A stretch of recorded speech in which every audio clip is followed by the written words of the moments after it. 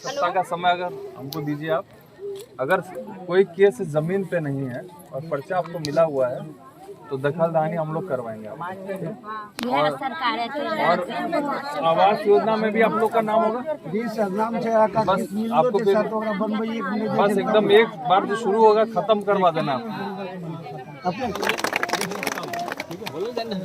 तालियों की गड़गड़ाहट की ये गूंज खगड़िया के डीएम डॉक्टर आलोक रंजन घोष के लिए थी। आखिरकार क्या हुआ जो ग्रामीण तालियां बजाने लगे? मामला खगड़िया जिले के अलौली प्रखंड के गोड़ियामी पंचायत से जुड़ा है। पिछले दिनों जिलाधिकारी डॉक्टर आलोक रंजन घोष सरकारी कामकाज का लेखा जोखा लेने ग्राउंड जीरो पर पहुंचे थे। इसी दौरान गोड़ियामी पंचायत के संझोती डीह में लंबे अरसों से वार्षिक पर्चा लेकर रह रहे महादलित परिवारों का दर्द उस वक्त छलका जब जिलाधिकारी उनके समक्ष खड़े थे। बारी बारी से आप बीती सुनानी शुरू कर दी महादलित परिवार, तो जिलाधिकारी ने बारीकी से उनकी बातों को सुना। उसके साथ ही साथ वहां पे मौजूद जो भी संबंधित विभाग के अधिकारी थे उन्हें निर्देश भी देते नजर आए।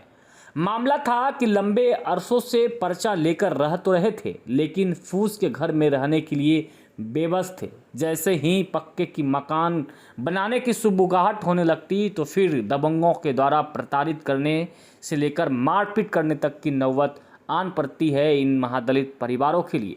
मौका अच्छा था, सामने जिलाधिकारी थे, तमाम वो आप बीती बता दिए।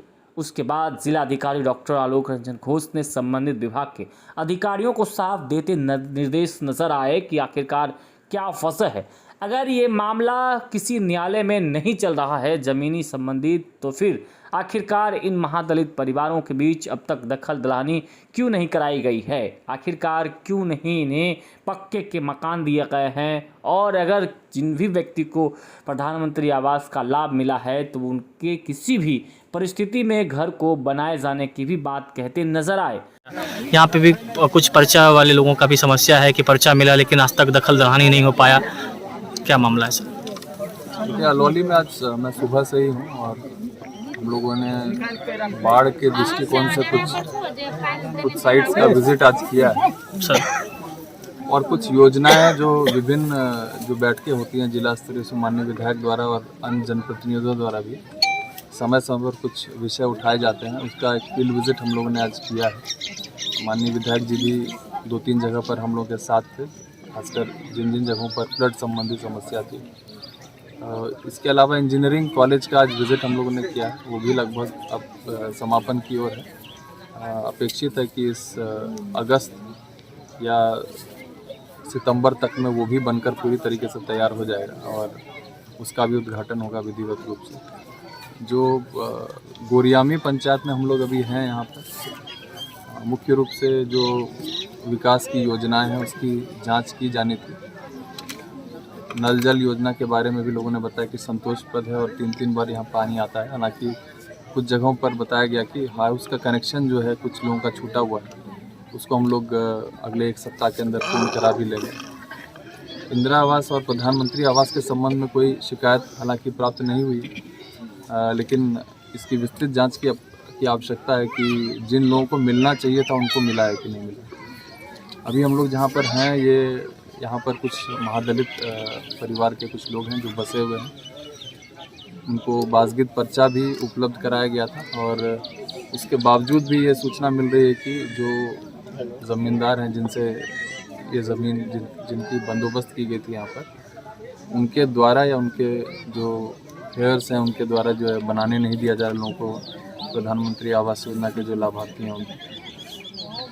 इसमें केस की बात भी सामने लोग बता रहे हैं कि केस भी हुआ था, हम लोग उसको एग्जामिन एक बार कर लेंगे। यदि ऐसा पाया जाता है कि कोई भी केस वर्तमान में पेटेंट नहीं है, इस भूमि से संबंधित नहीं है, तो हम लोग 1 सप्ताह के अंदर यहाँ पर दखलदानी भी कराएंगे और लोगों का आवास योजना का जो कार्य है उसको भी स्टार्ट कराएंगे।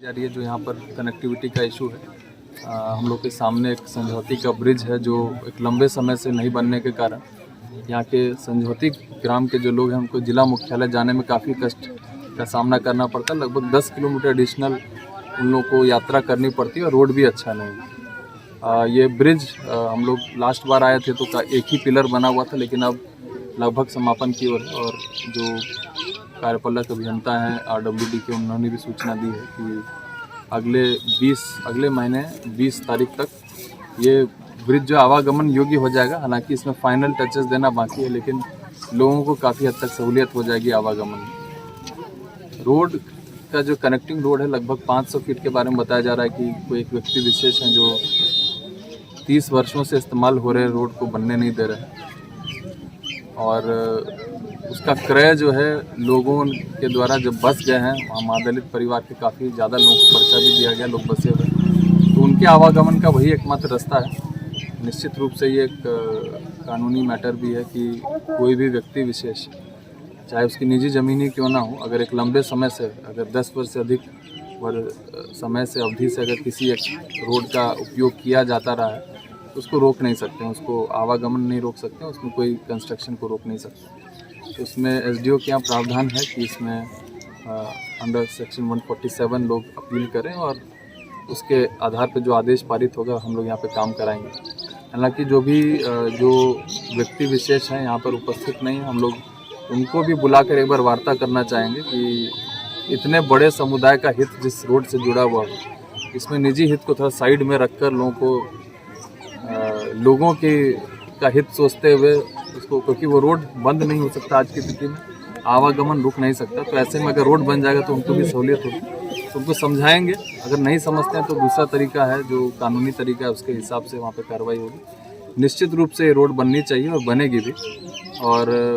और भी जो समस्या है, मैं बहुत ज़्यादा समय आज यहाँ पर नहीं दे पाया हूँ, मैं दूसरे जगह था। फिर से हम लोग यहाँ पर आएंगे और एक कुआं हम लोगों ने देखा है, सार्वजनिक कुआं, जिसके जीर्णोद्धार के लिए उसको हम लोग ने चयनित कर लिया, वो भी जीर्णोद्धार हो जाएगा। स्कूल के बाउंड्री वॉल के संबंध में स्थानीय लोगों ने एक विषय उठाया है, निश्चित रूप से उस पर कार्रवाई हम लोग करेंगे। और मुझे लगता है कि स्कूल का बाउंड्री वॉल कोई बहुत बड़ा इशू नहीं है, इसको तुरंत कराया जा सकता है और मनरेगा के माध्यम से भी कराया जा सकता है, विधायक निधि से भी कराया जा सकता है।